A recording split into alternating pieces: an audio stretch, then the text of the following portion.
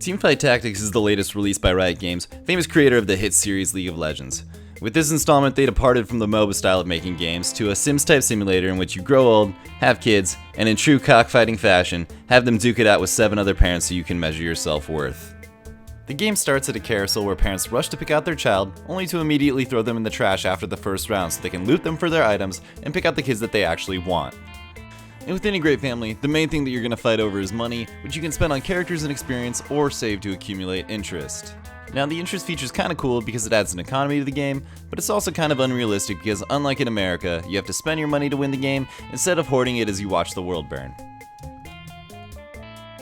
If you're going to have the best team on the block, you're going to need a great front line to protect your damage dealers. And for this, there are basically 2 avenues: hunks and dogs.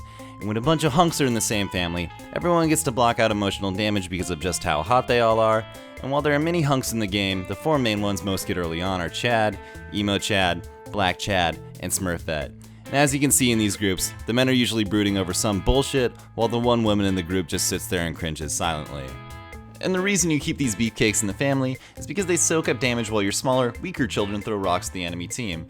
While on the other side of the token, we have dogs. And I gotta say, they really brought some good IP for the dog characters. The 4 main dogs you get are the Demogorgon, the Demogorgon's little sister, the Coca-Cola polar bear, and the hot werewolf from Twilight.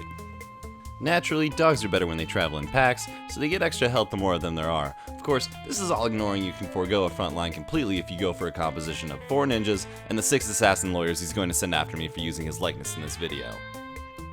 Since you're a parent, it's probably impossible for you to accept your kids just the way they are. Luckily, there's a way to manipulate them into changing through something called items. And the best items are made up of 2 separate smaller items, and those come in 2 tiers. Recurve bow plus anything equals a game-winning item, and anything else is a dumpster fire. Now, you want to get the most out of your items, so you're going to want to put them on your smaller, rock-throwing children because they deal all the damage. And the 3 main types of damage dealers in the game are old guns, new guns, and fake guns, each with their own respective groups of characters. New guns attack more people the more of them there are, while old guns fire faster when they do the same, and fake guns just make everyone on the team deal more damage. Of course, this is ignoring the fact that you really just need Jinx or Draven, as they'll do basically all of your damage every single game. Jinx, yes, Jinx, you did it.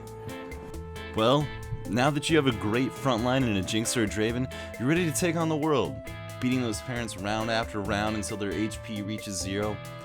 But just remember that just like in real life, you're gonna lose to the rich prep school family down the block with the parents that could afford private school.